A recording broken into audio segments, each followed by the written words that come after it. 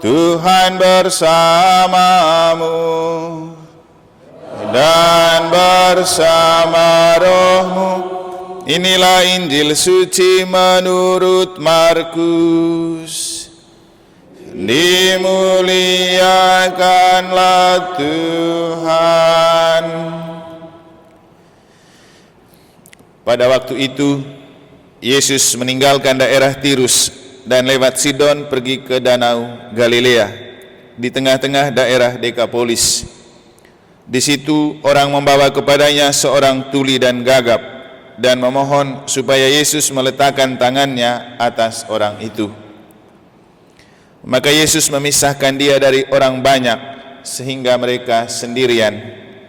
Kemudian ia memasukkan jarinya ke telinga orang itu, lalu meludah dan meraba lidah orang itu. Kemudian sambil menengadah ke langit, Yesus menarik nafas dan berkata kepadanya, Ephata, artinya terbukalah. Maka terbukalah telinga orang itu, dan seketika itu terlepas pulalah pengikat lidahnya, lalu ia berkata-kata dengan baik. Yesus berpesan kepada orang-orang yang ada di situ supaya jangan menceritakannya kepada siapapun juga. Tetapi makin dilarangnya mereka, makin luas mereka memberitakannya. Mereka takjub dan tercengang dan berkata, ia menjadikan segala-galanya baik. Yang tuli dijadikannya mendengar, yang bisu dijadikannya berbicara.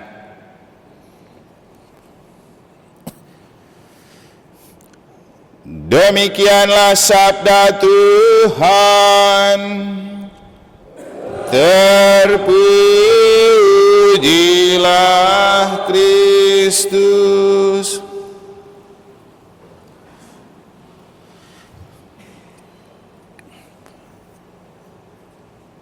Para suster, Bapak Ibu Saudara-saudari, adik-adik dan anak-anak sekalian yang saya kasihi dalam Tuhan,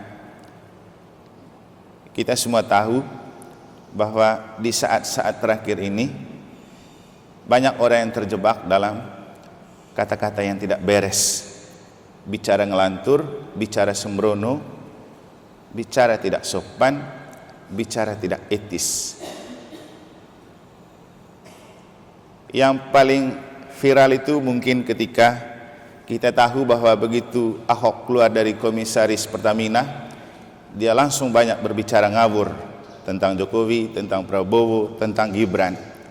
Orang-orang yang berjasa untuk mengantar dia menjadi seorang politisi hebat ketika diangkat menjadi wakil gubernur DKI.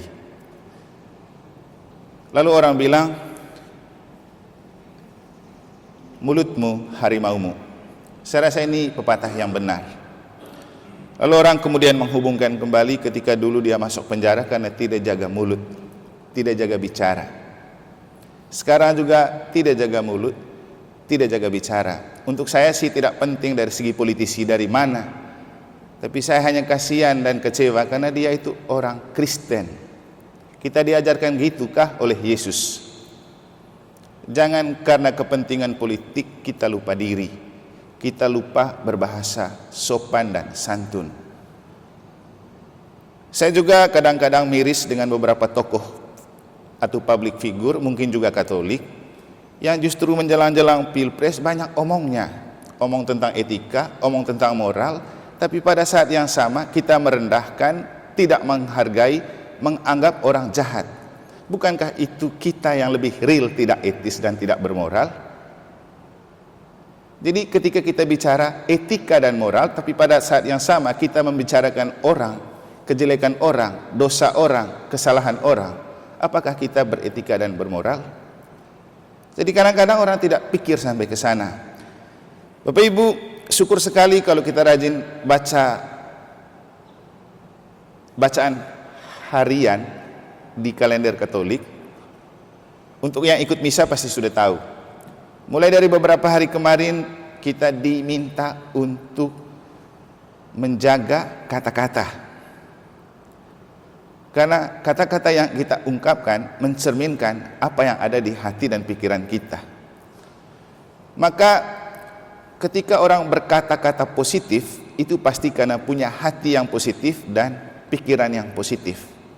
Ketika orang berbicara negatif, maka itu karena di hatinya negatif dan pikirannya negatif.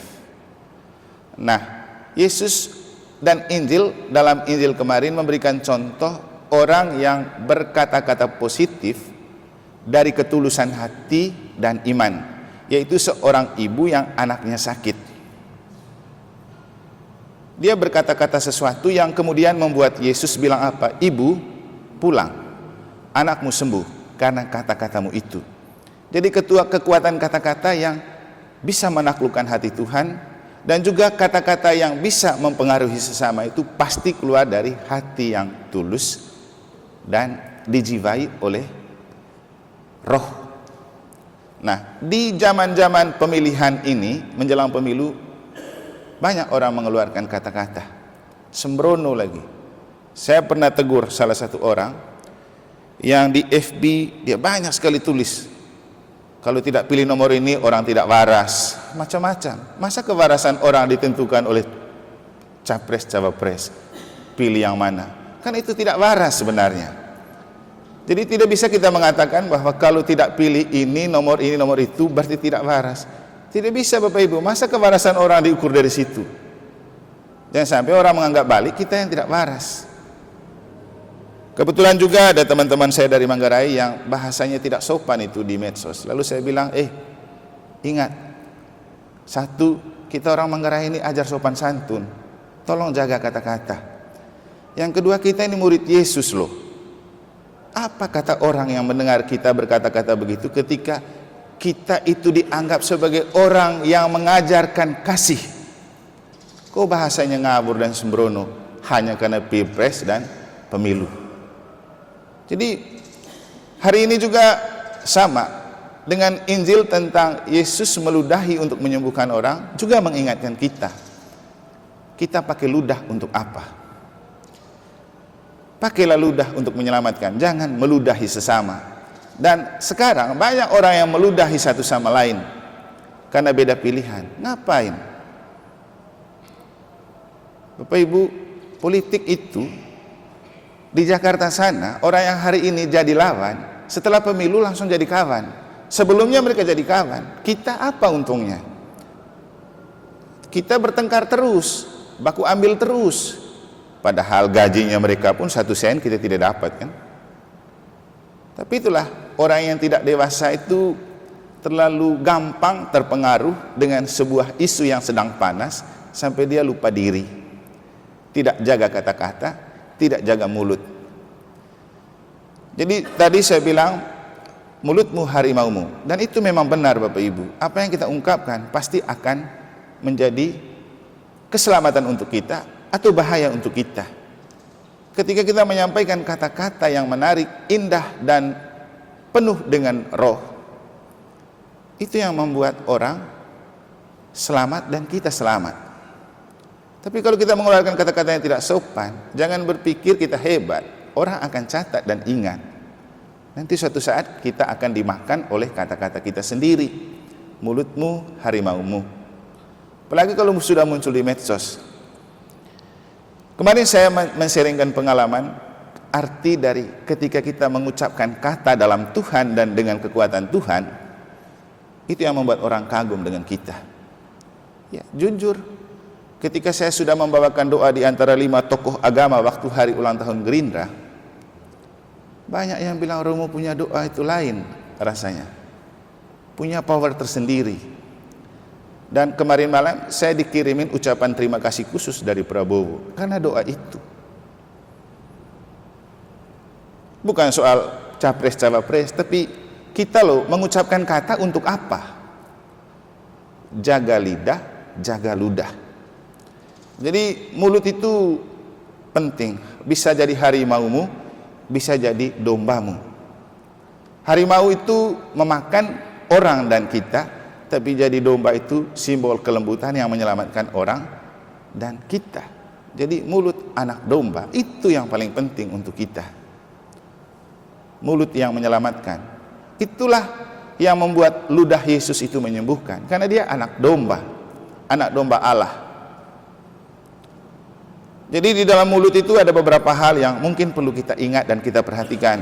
Pertama, gigi, ludah, lidah.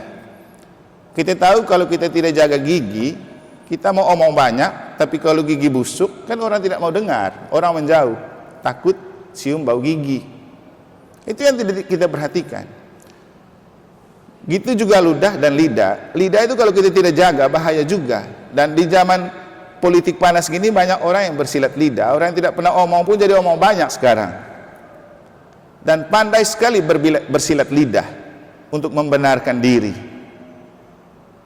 Jadi salah pakai lidah. Belum lagi ludah. Banyak yang saling meludahi karena beda pilihan.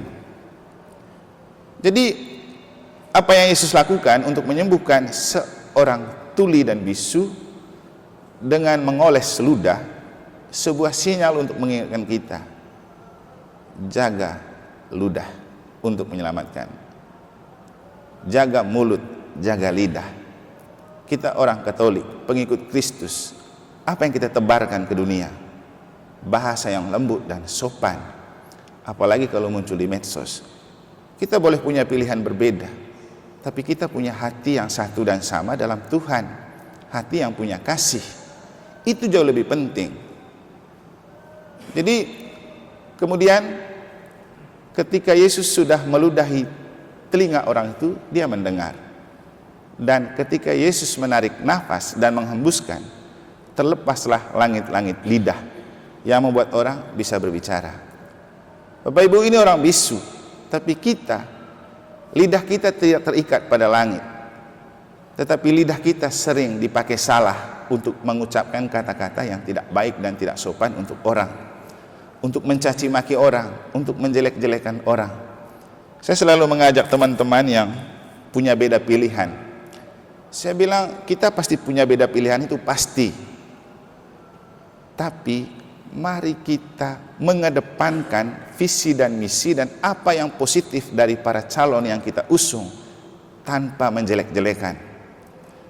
Di dunia ini tidak ada yang malaikat, tidak ada yang sempurna. Semua ada kelebihan dan kekurangan. Semua punya rekam jejak. Tapi ada yang tercatat, ada yang tidak tercatat. Saya ingat baik ini pesan Bapak Uskup waktu kita pleno. Jadi bicara rekam jejak para pemimpin, ya tergantung. Ada yang mencatat, ada yang tidak mencatat. Tapi semua punya rekam jejak. Tapi kita tidak diajak untuk merekam dan bercerita tentang jejak-jejak jelek dari orang lain. Apalagi kalau bicara masa lalu yang sudah lalu. Kita bicara yang sekarang, supaya tidak terperosok dalam bahaya kata-katamu, harimaumu. Mari kita jaga mulut, jaga lidah, jaga ludah, jaga kata-kata. Semoga Tuhan memberkati.